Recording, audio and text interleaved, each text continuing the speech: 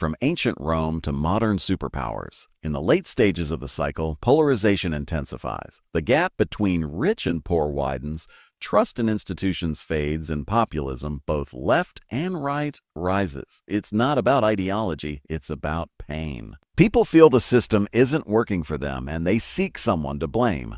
When pain and frustration reach a certain level, politics stops being about solving problems and becomes about scoring points. Reason gives way to resentment. The middle disappears.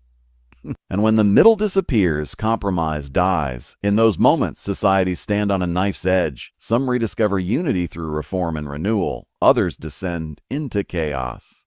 Which path they take depends on leadership, values, and whether people can rise above self-interest long enough to rebuild common ground. The same principle applies to your personal economy. Internal conflict within yourself is what sabotages most financial plans. Oh, I want security, but you also want freedom. You want to save, but you also want to enjoy.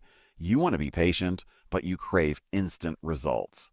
These contradictions mirror national ones. If you can align your internal goals, if you can build a system that balances discipline with flexibility, you become your own stable empire.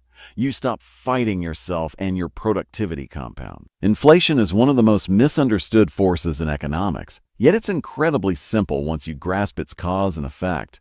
Inflation happens when the amount of money grows faster than the amount of things to buy. When governments print or borrow excessively, when credit expands faster than productivity, prices rise. It's not an opinion, it's math. Inflation is a form of hidden taxation.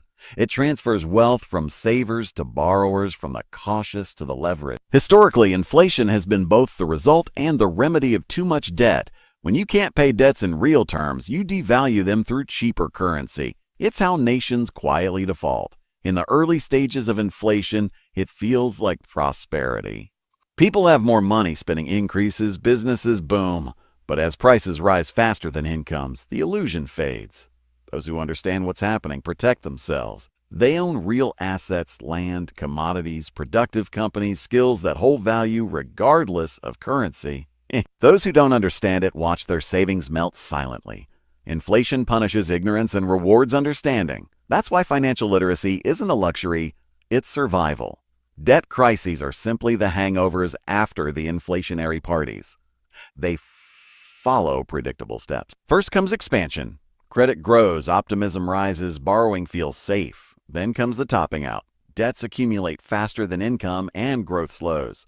Next comes the downturn. Borrowers can't pay, lenders tighten, defaults spread.